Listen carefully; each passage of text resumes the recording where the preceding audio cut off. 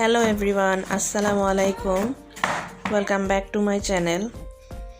কেমন আছেন আপনারা সবাই? আমরা আলহামদুলিল্লাহ ভালো আছি আপনাদের সবার দোয়ায়।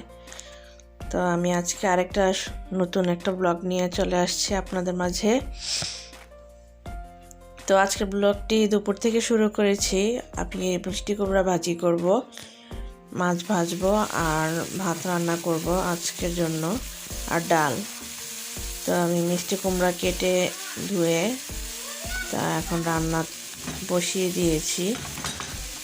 তো আমি একটা ফ্রাই প্যানে তেল দিয়েছি পরিমাণ মতো, রসুন কুচি, পেঁয়াজ কুচি, তারপরে হচ্ছে কালো জিরা দিয়ে একটু ভালোভাবে ভেজে এরপরে মিষ্টি কুমড়াগুলো দিয়ে দিয়েছি।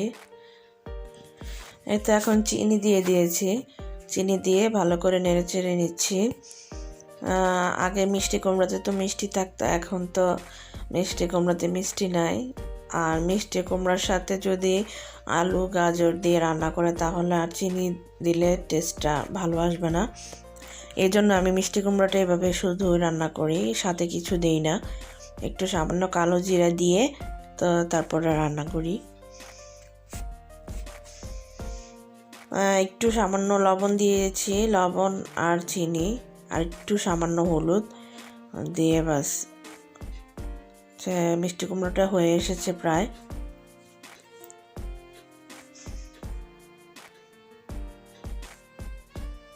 হ্যাঁ, এখন ঢাকনা দিয়ে ঢাকবো না, ঢাকনা দিয়ে ঢাকলে চিনি দিয়েছি যে এটা থেকে পানি বের হয়ে আসবে, এই জন্য আর ঢাকনা দিয়ে ঢাকবো না। আর মিষ্টি কুমড়াগুলো নরম হয়ে যাবে। এই তো মিষ্টি কুমড়াগুলো হয়ে এসেছে, এই তো মিষ্টি কুমড়া হয়ে গিয়েছে এখন। তো আমি রুই মাছ ভাজবো, বুনা করব না, শুধু মানে কড়া করে একটু ভেজে ভাজবো। একদম মাছগুলোকে আমি ধুয়ে নিচ্ছি। আমার ভয়েসটা ইগনোর করবেন, আমি সকালে ঘুমের থেকে উঠে তো ভয়েসটা দিচ্ছি, এই কারণে আমার গলার কণ্ঠটা এমন শোনা যাচ্ছে। তো মাছটাকে আমি ধুয়ে নিচ্ছি, একটু লেবুর রস আর একটু লবণ দিয়ে ভালো করে ধুয়ে নিচ্ছি, কারণ এই মাছগুলো বাঙালি দোকানের ফ্রিজের মাছ। এখন তারা কবে না কবে এনে রেখে দেয় মাছগুলো, তো এই জন্য একটু ভালোভাবে পরিষ্কার করে রান্না করলে ভালো। একটু লেবুর রস আর একটু লবণ দিয়ে ভালো করে কচলিয়ে ধুয়ে নিব।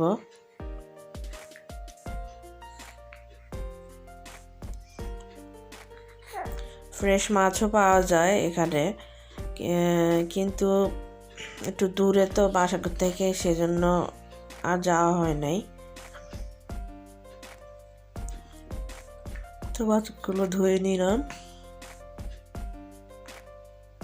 তো এখন মাছগুলোকে সামান্য লবণ, হলুদ গুঁড়ো আর সামান্য একটু মরিচ গুঁড়ো দিয়ে মাছটাকে ভেজে নেব।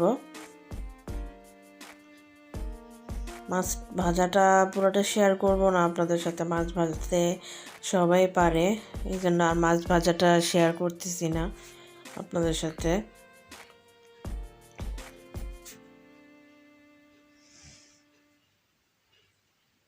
তো মাছগুলো ভাজতে চলে আসছি।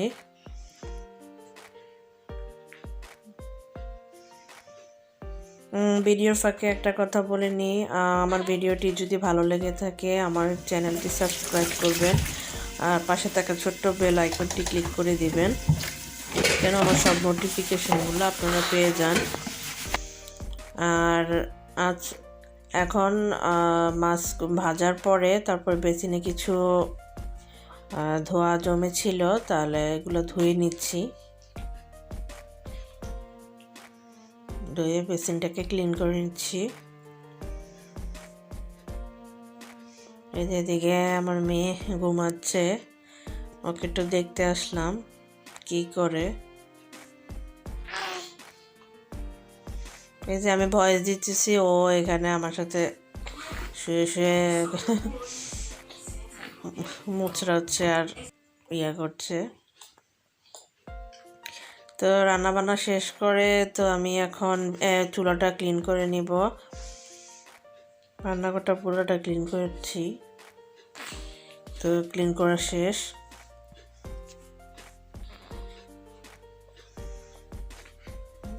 তো রান্নাঘরটা ক্লিন করে নিয়েছি। রান্নাঘরটা পরিষ্কার থাকলে সবার কাছে ভালো লাগে।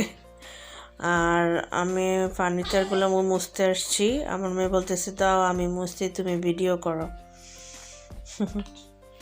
তো ও মুছতেছে, দুষ্টামি করতেছে আর কি।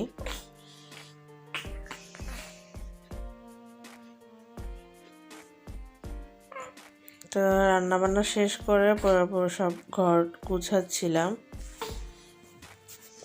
এই যে দেখতেছেন কাপড়ের পাহাড় নিয়ে বসছি। কাপড় ভাঁজ করতে বসছি, প্রায় আধা ঘন্টা লাগছে কাপড় সবগুলো ভাঁজ করতে। অনেকগুলো কাপড় ছিল। আমি প্রত্যেক শনি রবিবারে কাপড় ধুই, তো 2 দিনের কাপড় ধুয়ে তো রাখছি। তো এগুলো সবগুলো ভাঁজ করতেছি। কাপড় ভাঁজ করতে অনেক বিরক্ত লাগে। এতে এখন আর সারাদিন আর ক্যামেরাটা অন করিনি। তো রাতে প্রায় 1-2টা বাজে। আমার বড় মেয়ে ঘুমিয়ে গেছে আর ছোট মেয়ে সজাগ, এজন্য একটু ভিডিও করে নিয়েছি। তো আমার মেয়ের জন্য দোয়া করবেন। আজ এ পর্যন্তই। আল্লাহ হাফেজ।